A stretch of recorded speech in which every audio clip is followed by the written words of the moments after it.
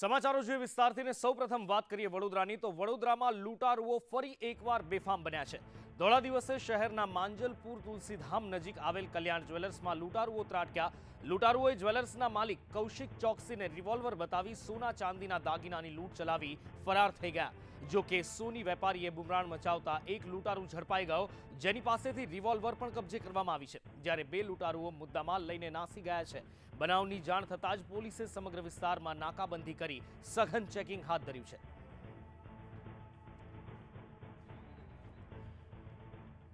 લૂંટારુઓને જાણે કે કોઈ ખૌફ જ નથી રહ્યો। વડોદરાની આ ઘટના છે કે જ્યાં ધોળા દિવસે એક કલ્યાણ જ્વેલર્સ નામની સોનીની દુકાનમાં લૂંટારુઓ ત્રાટકે છે।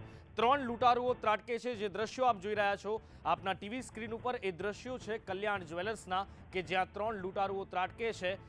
સોની વેપારીને બંદૂક બતાવે છે અને સોના ચાંદીના દાગીનાની લૂંટ કરી ફરાર થઈ જાય છે। જો કે સોની વેપારીની બહાદુરીના કારણે એક લૂંટારુ ઝડપાઈ જાય છે, જેની પાસેથી રિવોલ્વર પણ કબજે કરવામાં આવી છે।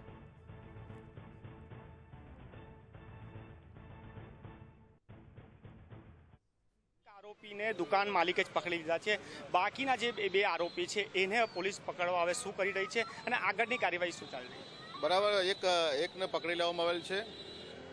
દુકાનદારના જે સન છે એણે જ હિંમત કરીને એકને પકડી લીધો છે। એની પાસેથી 2 પિસ્ટલ રિકવર થઈ છે। હજી એક પિસ્ટલ જે બાકીના 2 ભાગી ગયા છે એમની પાસે પણ એક પિસ્ટલ છે, મુદ્દામાલ લઈને એક નાસી ગયા છે। આરોપી પાસેથી તેમજ સીસીટીવી ફૂટેજ ઉપરથી અમને લગભગ ઘણી ખરી બધી તમામ માહિતી મળી ગઈ છે અને આ જે ભાગી ગયા છે એ ઉપરાંત એમના કોઈ સગરીતો હોય તો એમને પકડવાની કાર્યવાહી ચાલુ રહે। કોઈ બહારના જ છે, એમાં યુપીના માણસો છે, પ્રોફેશનલ માણસો છે, કદાચ રેકી પણ કરી હશે અને રવિવારનો ટાઈમ કદાચ બહુ ઓછા લોકો હોય।